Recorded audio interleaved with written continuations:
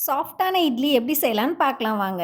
என்னடா இது ரொம்ப சிம்பிளான ரெசிபீஸ்லாம் போடுறேன்னு நினைக்காதீங்க. இது பிகினர்ஸ்க்கான சேனல். நான் இன்ட்ரோடக்ஷன்லேயே சொன்ன மாதிரி தான். அவங்களுக்கு ரொம்ப யூஸ்ஃபுல்லா இருக்கும். இட்லி செஞ்சதே இல்ல அப்படின்றவங்களுக்கு இது ரொம்ப ஹெல்ப்ஃபுல்லா இருக்கும்.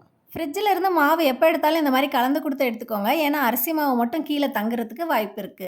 அன்னைக்கு உங்களுக்கு எவ்வளவு மாவு தேவையோ அந்த அளவுக்கான மாவு மட்டும் நீங்க அந்த கண்டெய்னர்ல இருந்து ஒரு பாத்திரத்துக்கு மாத்திக்கோங்க. நம்ம மாவாட்டும்போது கிரைண்டர் கழுவி வச்ச தண்ணி இருக்கு இல்லைங்களா? அதில மேல தண்ணி நிக்கும். இப்ப கீழ மாவு இருக்கும். இந்த தண்ணிய மட்டும் மேலால லைட்டா இருத்துருங்க. அந்த மாவு இருக்கும் பார்த்தீங்களா? அத வந்து நம்ம யூஸ் பண்ணிக்கலாம். இந்த மாவு கொஞ்சம் திக்கா இருக்கு. பாருங்க உங்களுக்கே தெரியுதா? இது இன்னும் கொஞ்சம் எலகலா வர்றதுக்காக இந்த தண்ணிய இருத்துட்டு, இத கொஞ்சம் நல்லா கலந்து குடுத்து, இத கொஞ்சம் கொஞ்சமா யூஸ் பண்ணிக்க போறோம். எல்லாமே பயன்படுத்தணும்னு அவசியம் இல்ல. கொஞ்சமா ஊத்தி நல்லா கலந்து குடுங்க. இந்த கன்சிஸ்டன்சி கொஞ்சமா இந்த மாரி லூஸா ஆகுற வரைக்கும் சேஞ்ச் பண்ணா போதும். சோடாலாம் நான் எதுவுமே கலக்க போறதில்ல. கலக்காமலேயே நல்லா சாஃப்ட்டா வரும். இந்த அளவுக்கு கன்சிஸ்டன்சி சேஞ்ச் பண்ணிக்கோங்க. நல்லா கலந்து குடுத்து இந்த மாதிரி ஊத்துனா, இந்த மாதிரி இருந்தா ஓகே. நம்ம கண்டெய்னர்லேருந்து மாவு எடுத்தோம் இல்லையா? அத அப்படியே வைக்க வேண்டாம். இந்த மாரி நல்லா தொடச்சிட்டு, சைட்லலாம் கிளீன் பண்ணிட்டு, மூடி வச்சு ஃப்ரிட்ஜில வச்சுக்கோங்க. இட்லி ஊத்துறதுக்கு 10 to 15 மினிட்ஸ் முன்னாடியே மாவு எடுத்து வெளிய வச்சுருங்க. இப்போ இட்லி பாத்திரத்தில ஒரு சொம்பு தண்ணி ஊத்தி நம்ம சூடுபடுத்திடலாம். இது சூடாகறதுக்குள்ள நம்ம இட்லி துணிய ஈரப்படுத்திட்டு வந்துரலாம். நல்லா ஒரு தடவ அலாசி எடுத்துக்கோங்க இந்த மாதிரி. இட்லி தட்டும் நல்லா கழுவி எடுத்துட்டு வந்துருங்க. ஏற்கனவே கழுவி இருந்தாலும் பரவால்ல. ஒரு தடவ நனச்சு எடுத்துக்கோங்க. அது மேல இந்த மாரி இட்லி துணிய ஸ்ப்ரெட் பண்ணி விட்டுக்கோங்க. இப்போ அந்த குழிகள்ல ஒரு தடவ இந்த மாரி லைட்டா கை வச்சு அழுத்திக்கோங்க.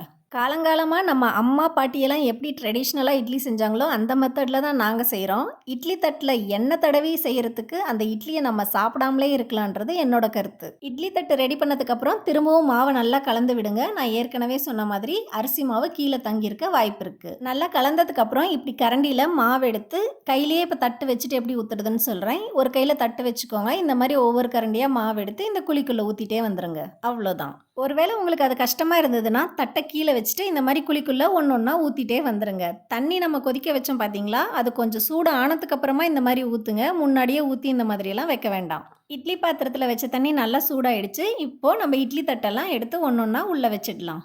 இப்போ இத லிட் போட்டு க்ளோஸ் பண்ணிடலாம். இந்த இட்லி வேகறதுக்கு 5 to 7 மினிட்ஸ் தான் ஆகும். இப்போ எடுத்து பார்த்தோம் அப்படின்னா, நம்மளுக்கு இட்லி வெந்திருக்கும். ஒருவேளை உங்களுக்கு செக் பண்ணணும் வெந்துருச்சா இல்லையா அப்படின்னா, இந்த மாரி பலகார திருப்புற கம்பி இருக்கு இல்லைங்களா? அத லைட்டா தண்ணீல நனைச்சுட்டு இந்த மாரி குத்தி பாருங்க. ஒட்டாம வந்தது அப்படின்னா, அது வெந்துருச்சுன்னு அர்த்தம். இப்போ கேஸ் ஆஃப் பண்ணிட்டு அந்த தட்டெல்லாம் எடுத்துடலாம். அந்த தட்ட இன்னொரு தட்டுல கமுத்தி எடுத்துக்கங்க. நான் பிளேட் எனக்கு இது கரெக்ட்டா இருக்குன்றதுனால பிளேட் யூஸ் பண்றேன். நீங்க வேற பாத்திரம் வேணுனாலும் ஃப்ளாட்டா இருக்கிறது யூஸ் பண்ணிக்கோங்க. இப்போ அந்த தட்டுல இருந்து இந்த துணிகள இந்த மாதிரி எடுத்து விடுங்க. ஒருவேளை ஒட்டி இருந்தது அப்படின்னா எடுத்து விடுங்க. எடுத்து விட்டதுக்கு அப்புறமா இந்த மாதிரி இருக்கும். இது மேல தண்ணி தெளிச்சு விடுங்க. நெறைய ஊத்த வேண்டாம். தெளிச்சு மட்டும் விடுங்க. அப்பதான் அந்த இட்லி துணியில இருந்து அந்த இட்லி ஒட்டாம வரும். அப்படி இருந்தாலும் கொஞ்சம் கொஞ்சம் ஒட்ட தான் செய்யும். அதுக்கு பயந்துட்டே நெறைய பேர் இட்லி செய்யறதே இல்ல. அத எப்படி ஈஸியா கழுவலான்றத இந்த வீடியோலயே நான் கடைசியில சொல்லியிருக்கேன்.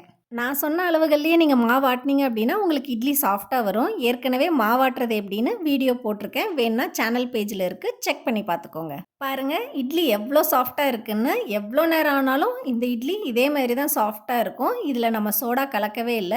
சாஃப்ட்டா இருக்கிறதுக்கு வேற எதுவும் கலக்கணும்னு அவசியமும் இல்ல. இன்னொரு பிளேட்ல இருக்கிறதும் இத எடுத்து வச்சிடலாம். இதுவும் அதே மாதிரி தான். தண்ணி நல்லா தெளிச்சு விடுங்க. துணியிலிருந்து அழகா ஒட்டாம வருது பாருங்க. இத எடுத்து ஹாட் பாக்ஸ்ல எடுத்து வச்சுக்கலாம். சாஃப்ட்டா இருக்கு. சண்டே மார்னிங் எல்லாம் இந்த மாதிரி இட்லி வச்சுட்டு, நல்லா நான்வெஜ் நல்லா தண்ணியாட்டம் குழம்பு வச்சு குடுத்துட்டோம் அப்படின்னா, 2 இட்லி எக்ஸ்ட்ராவே பசங்க சாப்பிடுவாங்க. ட்ரை பண்ணி பாருங்க. கிளைமேக்ஸ்ல தான் வில்லன் என்ட்ரி குடுக்குறாரு. ஆமாங்க. இந்த இட்லி துணி தான் சொல்றேன். இந்த இட்லி துணிய கழுவுறதுக்கு பயந்துட்டே நெறைய பேரு இட்லி செய்யறதே கிடையாது. அது கழுவுறது ரொம்ப ஈஸி தான். ஏற்கனவே சுடு தண்ணி இருக்கும் இட்லி பாத்திரத்தில. அதில போட்டு வச்சுருங்க. ஒரு 5 நிமிஷம் ஊறட்டும். இந்த மாதிரி எடுத்துக்கோங்க. இட்லி ஊத்துன சைடு உள்பக்கம் ஃபேஸ் பண்ண மாரி இந்த மாரி எடுத்து நல்லா தேய்ச்சு குடுங்க. உள்ள நல்லா ஊறி இருக்கிறதுனால எல்லாம் வெளிய வந்துரும். இத அப்படியே இதே மாதிரியே நீங்க டேப் வாட்டருக்கு கீழ பண்ணீங்க அப்படின்னா, கிளீனா வந்துரும். பாருங்க அவ்வளோதான். ஒரு 2 மினிட்ஸ் கூட ஆகாது இது. நம்ம இட்லி மாவுல வெந்தயம் போடுறோம் இல்லையா? அதனால தான் இந்த மாதிரி புள்ளி புள்ளியா இருக்கு. அதனால இத ஒவ்வொரு தடவ யூஸ் பண்ணிட்டும் தூக்கி எறியணும்னு அவசியம் இல்ல. ப்ராப்பரா யூஸ் பண்ணிட்டு கொஞ்ச நாளைக்கு அப்புறம் தூக்கி எறிஞ்சா போதும். இந்த வீடியோ பார்த்துட்டு யாராவது ஃபர்ஸ்ட் டைம் இட்லி பண்ணீங்கன்னா, கமெண்ட் பண்ணுங்க.